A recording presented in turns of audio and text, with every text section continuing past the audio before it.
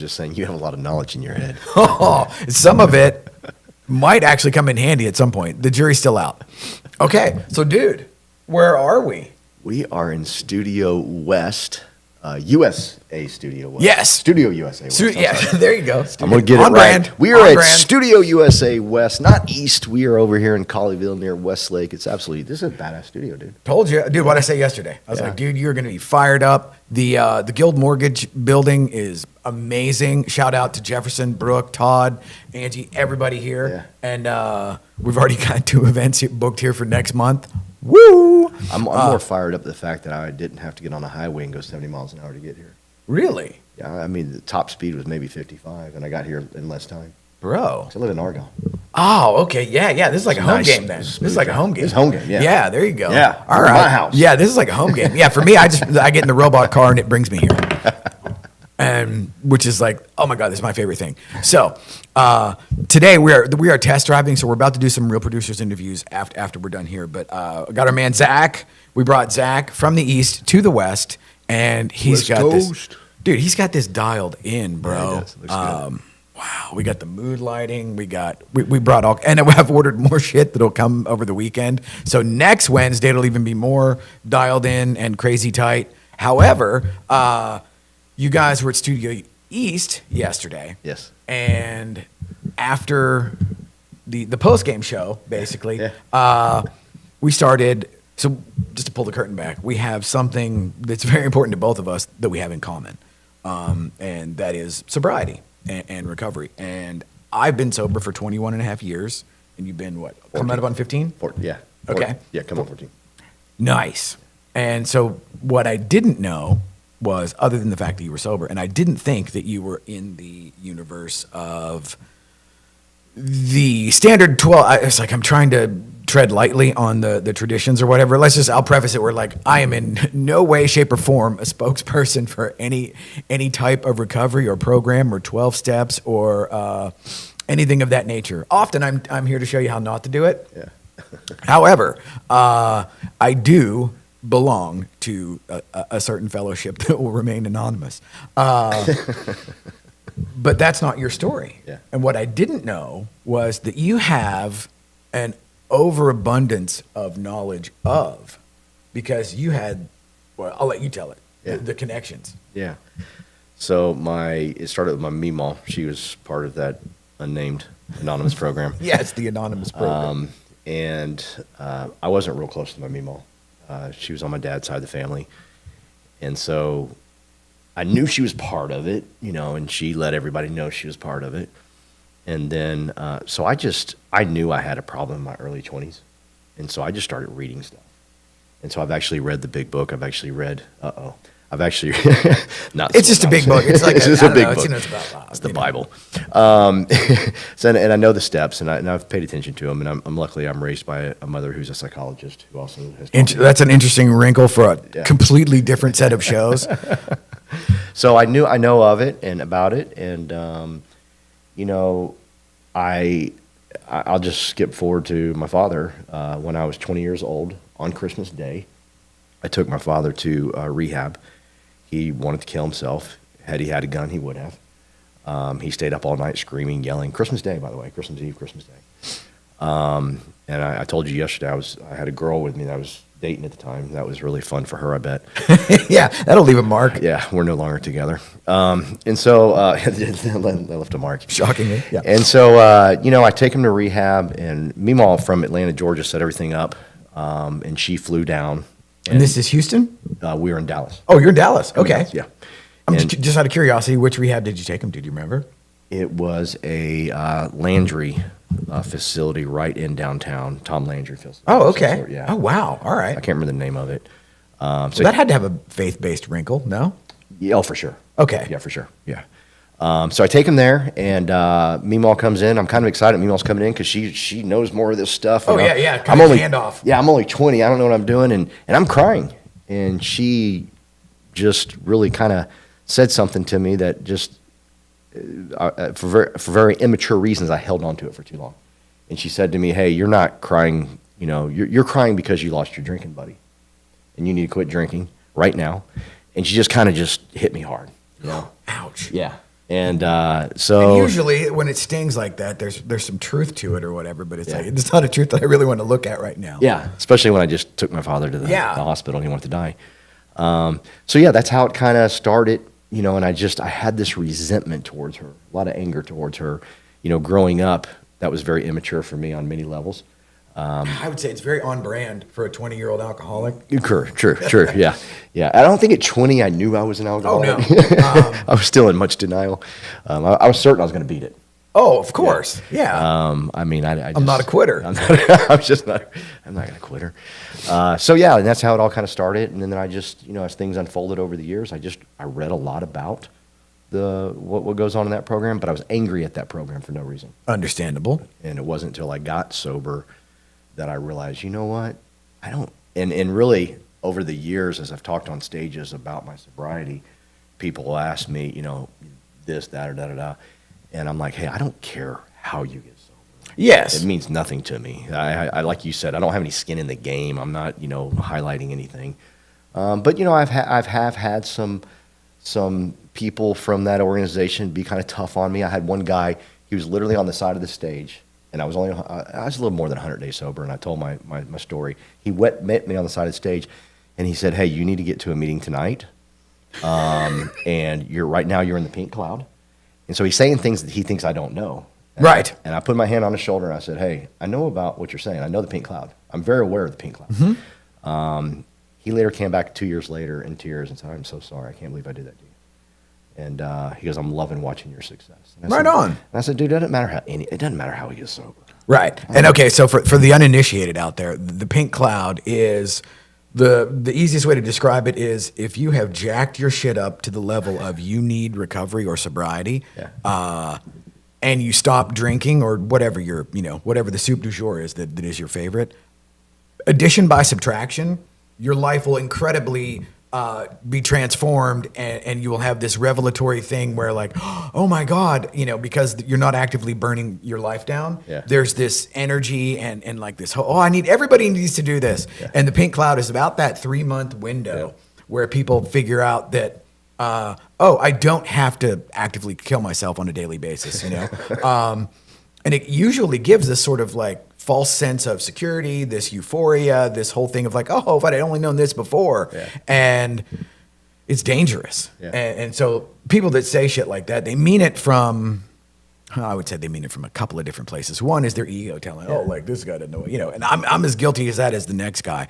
And the truth is, I totally had that where like, because I thought like, okay, he's church sober or whatever, which again, I have to preface and say, that's fine. But I had the church version of your story, where I was raised in all of that, where it was like church on Sunday, church on Wednesday, and if you didn't do that, then you couldn't go whatever.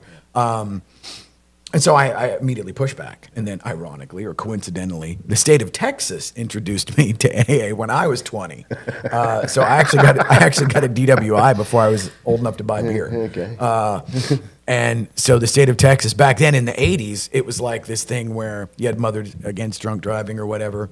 And so they had this sort of formula where you do X, Y, and Z, and you get caught or you get busted, and then you do X, Y, and Z to be on probation and get out of it. And one of them, I think it was something like, 3 meetings a week or something like that. And you got to get your paper signed.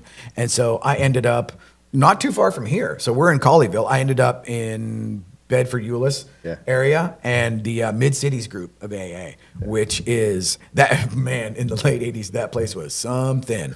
And I went, got my paper signed, and I didn't drink for 14 months. I spent my 21st birthday in an AA meeting, which is like, like 0 out of 10, do not recommend. But that was my story. But for the longest time, my whole thing was I get sober when I get in trouble. Yeah. And so I was a chronic relapser for 16 years. Yeah. Because the thing was, get sober, get in trouble, or no, get sober, get out of trouble, get in trouble, get sober, and just lather, rinse, repeat. So now, what was so at 20, you're watching your dad go through all this. And didn't you say your mom had like what? I'm not sure that's at the end if you don't mind. Oh, okay, yeah. I could cry on you. Oh, yeah, okay. So that's the other thing that's like, man, Okay, I'll pull the curtain back again. Yeah. Oh God, a lot of this is going to be like me doing like a jacked up confessional half the time about like how I was wrong about you. Yeah. Which I'm more than happy to say that, because it turns out that you're like the flip side of the coin for me. Yeah. Where and anybody that has known me in sobriety or out, on the Jordan B. Peterson personality, I just took the little personality thing or whatever. I got a 1 on the empathy because they couldn't give you a 0. And my ex-wives would absolutely testify to that being accurate. Be like, wow, JBP has got it dialed. That is true. But last month at the event, you know, we get up there, and Denise is telling her story, and it's like this, it's the whole idea. And we'll invite people out on the 21st of this month. It'll be a new version of that, where the initial story is you talking to somebody about their background with the idea of this story is heartstrings, tear jerk, you know, like, oh my God. And the mechanism being that story is to have everybody in the audience realize, oh, if I don't get up on stage and talk after this person just literally bared their soul, Right. I am weak sauce, man. I am just not, you know.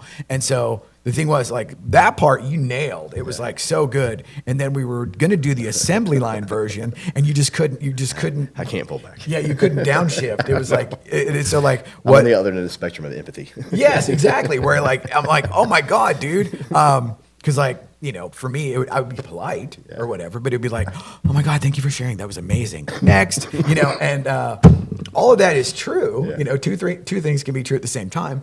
And so, but watching you do that, because that was my takeaway. Yeah. After maybe the third one that went like, you know, what should have been like a 3-minute clip went 8 minutes minimum. And after like the third one, I was like, oh, okay, we're not getting to 10. You know, because I thought like, okay, how many could we get in there? And then, you know, we were talking afterwards, and you were like, okay, what could be different? I was like, well, on that, we might want to, you know, speed that second part up. But you're like, oh, I just couldn't. And that's when I realized, like, oh, wow, you really are like completely wired in the opposite direction of me. Yeah. And so like, now you said yesterday something about your mom being the catalyst for that. Yeah.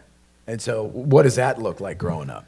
Mom's a psychologist. Mom definitely got my empathy from her. She's That's like professional, great empathy. yeah. It was tough when you're young, like when you're 16, 17, and your mother keeps asking, "How do you feel?" Shit, I don't know. 2 seconds ago, I felt like this. Now I feel like this, and now I'm horny. So I couldn't. That's just sort of like the baseline underneath that runs. Like 17 years old. What the hell? Bro. So you know that was. But looking back, I was so blessed that I had her. You know, she would tell. You know, because we would ask my mom stories or ask questions like, you know, why did Dad leave? Why does he go here? Why does he do that? He moved 11 times in 10 years, in different states, not down the road. Okay, wow, all right. Yeah. I was gonna say I was no stranger to the 6-month lease being, well, that's about that's the ceiling for this No, place. he moved around, and we would ask Mom like, "Hey, why does he move?" She goes, "Well, he's running." And I said, "What's he running from?" She goes, "He's running away, but the problem is he keeps showing up." And I just remember her saying cool things like that. Like she said, "I never saw a man trip over a mountain. They always trip over a pebble." And so being raised like that was just such a blessing. She was pro anything to get sober. She didn't care. She knew I had a problem early on because she would catch me with drugs and all types of stuff. And she was just, but the one cool thing about my mom, and if you read my book, she's always would say, "I believe in you." I would get in the stupidest trouble. And that crazy ass woman would look me in the eyes, tears crying, "I believe in you. I love you." Wow. And I'm like, that was not my experience. yeah, I was like, dude, I don't believe in me. What are you talking about, man? Right. I almost robbed a car, stole a car. I mean, what the hell? And Steph and I would joke. Steph's my sister. We would joke. We could sometimes come to my mother and say, "Hey, you know, I just robbed a liquor store, got $25,000. Hey, you know, I believe in you." I mean, she was, and that carried over into life so much, where I just started to finally believe in myself and not become so, you know. I was still bitter and angry. Oh yeah. Luckily, I got over that bitter and angry towards my meemaw and towards so many people. But to be raised like that was a true blessing. And I got to watch her work her butt off. She made $17,000 a year at Houston Child Guidance Center. She drove from Spring, Texas to downtown Houston, which is not a short drive. Right. Especially back then, it was 2 lanes. I'm on I-45. And then at night, I-45 sucked back then. And she would go across the street to go to University of Houston, put herself through school to get all her degrees. Damn. Yeah, so she wouldn't get home till late. So for a teenage boy, it was great. We were the party house. Oh, yeah. We did everything at that house. I don't know how we didn't burn it down. And but wasn't for lack of trying. But it was definitely not for lack of trying. But just to be raised by that and to be open. And her father, my grandfather, is my hero in life. He was the only male role model in my life that never let me down. All the men did, and so I had a good upbringing in terms of that. Yeah, I got in a lot of trouble, but definitely got my empathy and the psychology part from her. She actually said to me, because she would get so mad at me because I couldn't pass school to save my life, probably because I was high and drunk, but I couldn't pass school at all. And she'd come to me, she goes, son, don't you understand? Like, I've never gotten a B. She's a straight A student. And I said, Mom, neither have I. We're alike in that. Just opposite. And so, but she always wanted me to be a psychologist. She saw me speak from stage years later, and I was talking about my sobriety. And I was talking about the people we've helped and whatnot. And she was crying, and she goes, you became a damn psychologist. You freaking became one, And so it gives me chills telling you that right now. So yeah, that's how it was, and that's the empathy part where I can't turn it off. So we're going to turn it over to you next time. Yeah. So I will take care of that segment, but everyone know in advance that no offense.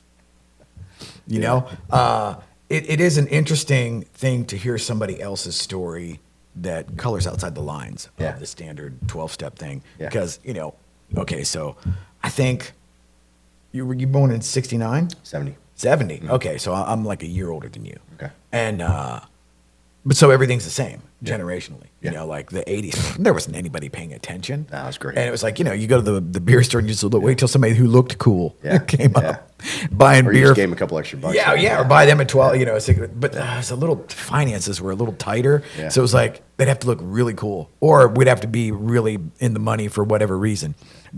And then back then, at least my experience was drugs were easier to get than alcohol. Oh, so much fun. Yeah. And I used to get high with the garbage man. nice. Yeah. Dude, that's awesome. Well, and I always had the benefit of my friends had older brothers. Yeah. I didn't, but they did. Yeah. And so there would always be like the trickle down economics of the older brothers. It's like, well, the oldest brother, if he's home, he's 23.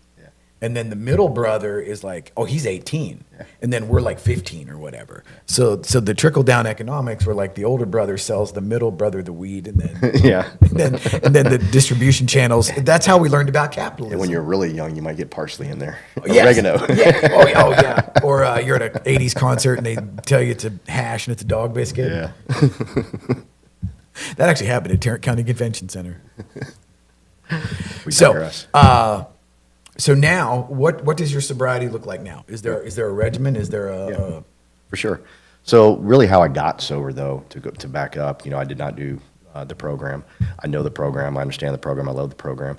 I kind of took the same philosophy I've taken in life, is I really just wanted to read about other people's stories. Oh, okay. I got rid of my anxiety attacks, my almost agoraphobia? Thank you. By reading, Earl Campbell's story, the running back for Houston Oilers, he had it. And so that helped me get out of it. And so what I started doing is I started saying, hey, you know what? I want to read about people that have gotten sober. And I love rock and roll. And I was like, you know what? So I just looked up rock and roll stars that were sober, and to just a beautiful litany of my leaders in rock and roll / Anthony Kiedis, James Hetfield. And I just started gobbling up their books. A lot of them are sober now. Yeah. Well, they were sober when I got sober. Okay, right on. Yeah, and so I'm just reading through all of their stuff, and it just hits you like, holy crap. The one that hit me crazy was Anthony Kiedis. He had just gotten through singing in Mexico City, 108,000 people. They all know the words to his song. He didn't want to live. That meant nothing. That meant nothing. Right. And so he goes, he gets done with that concert, and he tells his handlers, hey, I'm going to be gone for a couple weeks. He knew what he was going to do. He was going to go somewhere at CD Hotel in Culver City, hide. This is the dude that's living up on a hill or overlooking L.A., and he's going to go to Culver City and get his smack and alcohol. And he's about to back out of his driveway, right? And he stops, and he pulls back in, and he pulls back out, And he remembers, and the reason he's doing this, okay, is because he remembered on Wednesday morning, it was his job to put out the chairs at AA. Damn. Okay, that's a good one. Yeah, and so I'm reading that going, okay, so he's got my problem, he's got my problem, he's got my problem. I'm going to get through this, and I just kept. And it's interesting how, because I have a story very similar to that one of my sponsors told me about. Like, okay, he'd gotten sober in the 80s or whatever. He's still sober, but somewhere along the line in the 90s, around the 10-year mark or whatever, yeah, that's where he was, like the depression and everything. And he was going to kill himself. And he goes to a noon meeting, and he's like, yep, okay, whenever I'm out, whatever, set him off. He's like, yeah, I'm just going to go home and do it. Yeah. And then he looks around the room, and there's 3 guys that he sponsors in the room. He's like, oh, Jesus, if I kill myself, what are those jackasses going to do? Right. And it was literally like that in the moment pulled him out of it. And it was like, okay, the idea, because the thing is, at least for me, alcoholism and addiction is a very isolationist pursuit. Yeah.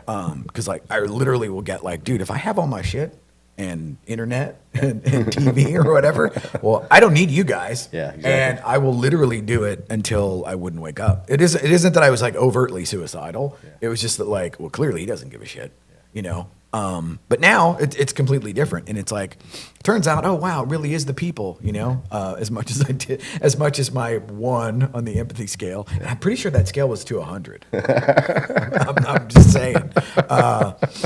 But I'll help you get a couple points in there.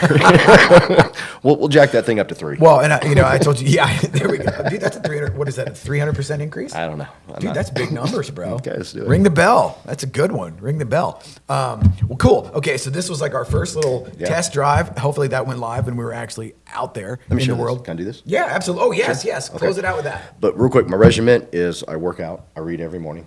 I look back at my old pictures. I never want to go back. And I know I got to help someone else get sober. There you so go. I can't get sober. Okay, so it's a very parallel exercise. A lot of similars. Yes.